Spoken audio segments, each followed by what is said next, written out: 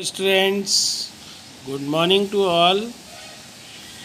You know that chapter number 3, human reproduction, is going on. Today I will explain a topic. Topic name is pregnancy and embryonic development. Let's start this topic. Watch this video very attentively. After implantation of embryo, the cells of trophoblast differentiate into an inner layer and an outer layer. The outer layer is called chorion and form the chorionic villi, which are finger-like projections that grow into the endometrium. Student, trophoblast की sales differentiate हो जाती हैं एक inner layer में और एक outer layer में। Outer layer को कोरियन कहते हैं, जिससे कोरियनिक विलाई का फॉर्मेशन होता है, जो फिंगर लाइक प्रोजेक्शंस होते हैं जो एंडोमेट्रियम में गिरो होते हैं। Second point is that here an intimate connection is established between the chorionic villi and uterine tissue.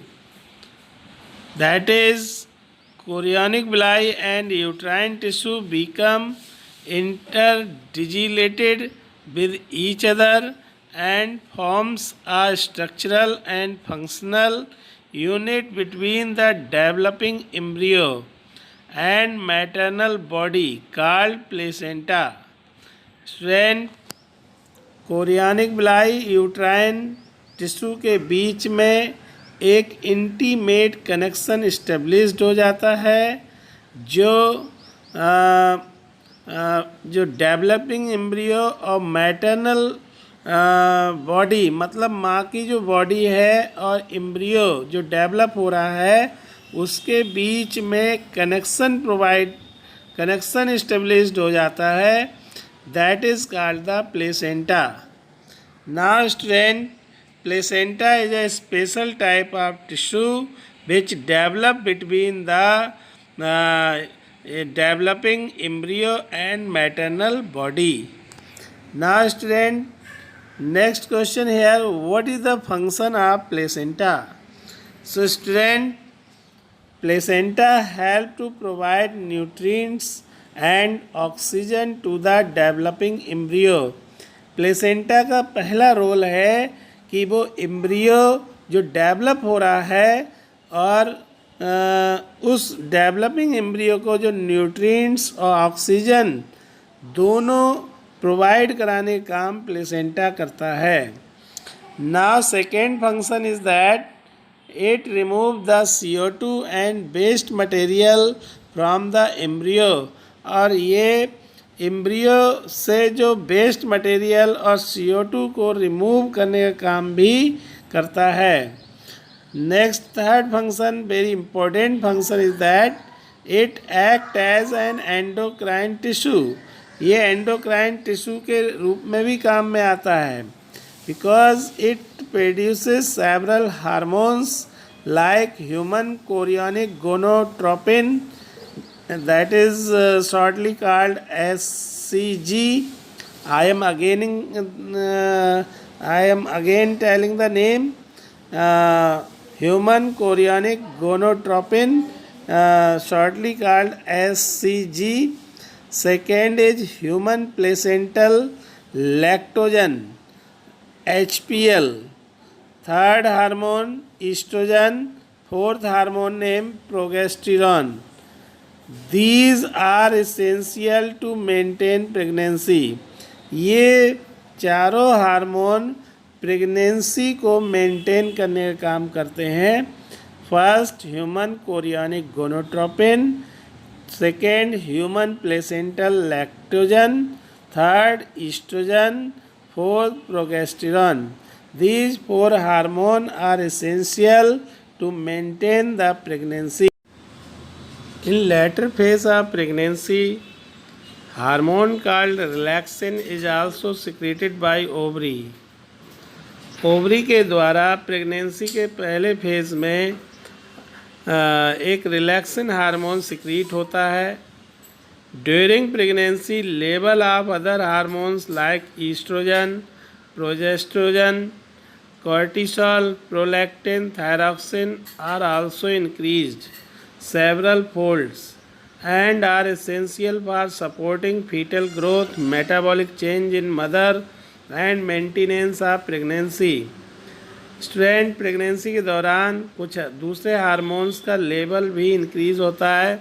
वो हार्मोन्स हैं estrogen, progestrogen, cortisol, prolactin and thyroxine, जिससे बहुत से फोल्ड्स इंक्रीज़ हो जाते हैं जो सपोर्ट फीटल ग्रोथ में करते हैं, मेटाबॉलिक चेंज इन मदर हो जाते हैं और प्रेगनेंसी मेंटेन हो जाती है.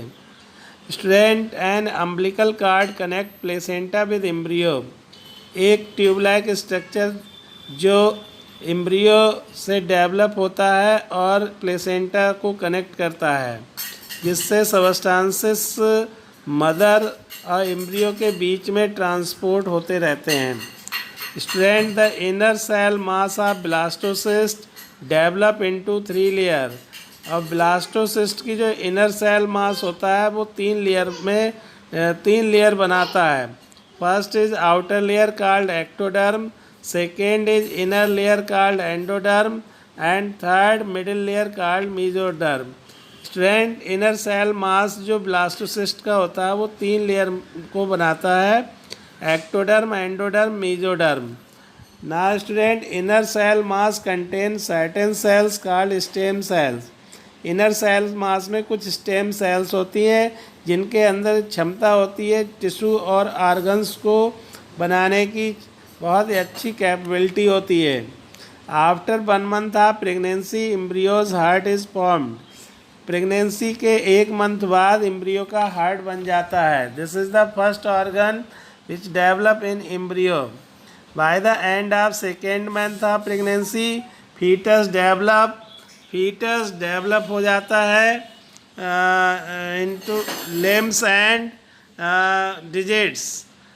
सेकेंड प्रेगनेंसी के सेकेंड एंड में फीटस का लिम्स और डिजिट्स डेवलप हो जाते हैं. End of 3rd month most of organ system are formed. 3रे महीने के अंत तक सभी ऑर्गन सिस्टम का फॉर्मेशन हो जाता है. नाउ स्टूडेंट 5th मंथ के अंत तक फीटस के हेड पर हेयर अपीयर होने लगते हैं और फीटस मूव करना स्टार्ट कर देता है. 6 मंथ के अंत तक बॉडी पर छोटे छोटे फाइन हेयर्स से कवर्ड हो जाती है. आईलिड सेपरेट हो जाते हैं, आई लैसेस का फॉर्मेशन हो जाता है. By the end of 9 month of pregnancy foetus is completely developed. 9वें महीने के अंत तक फीटस पूरी तरीके से तैयार हो जाता है and is ready for its delivery. अब वो डिलीवरी के लिए बिल्कुल तैयार हो जाता है. तो in this way we can understand या you can understand the embryonic development. Now student in next lecture I will explain parturition and lactation. So please wait. This is the summary of the explained topic. You can prepare their notes with the help of this summary and draw this diagram also. Thank you for watching this lecture.